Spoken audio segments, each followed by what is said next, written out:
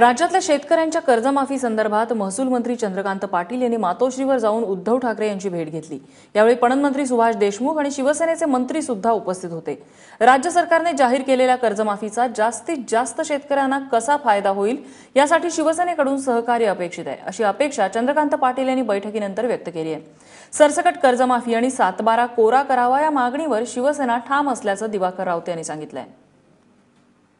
या बैठकीनंतर चंद्रकांत पाटील आणि दिवाकर रावते नेमकं काय म्हणाले आहेत आपण पाहूया। आता ही जी सरसकट कर्जमाफी आपण म्हटली की राज्यातला जो शेतकरी थकीत असेल त्याची कर्जमाफी होईल, या विषयामध्ये एकदा माननीय उद्धवजींना भेटून त्यांना हा सगळा निर्णय नीट समजावून सांगावा।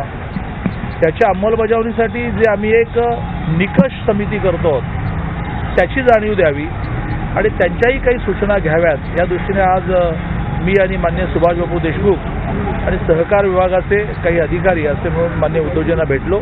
समन्वय साधण्याचा प्रयत्न आम्ही जो करतो तो त्यांच्यापुढे आम्ही मांडला।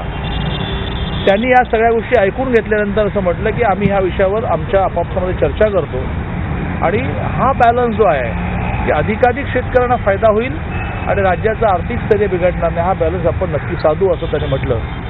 हा निर्णय झाल्यानंतर त्यावेळेला मीच आग्रही होतो की 5 एकर आता नको आहे हे, कारण आमची भूमिका ही अमुक आहे। त्या सर्व शेतकरी संघटनेने पाठिंब्यानंतर सरकारच्या वतीने आमच्या समितीचे प्रमुख म्हणून चंद्रकांतदादा पाटील यांनी त्याच क्षणी ताबडतोब 5 एकरवाल्याची तातडीने मुक्ती आणि इतरांकरता आपण आकडेवारी घेऊन ठरवू असं सांगितलं। त्यामुळे 7/12 कोरा हा विषय निश्चित स्वरूपात पुढे गेलेला आहे।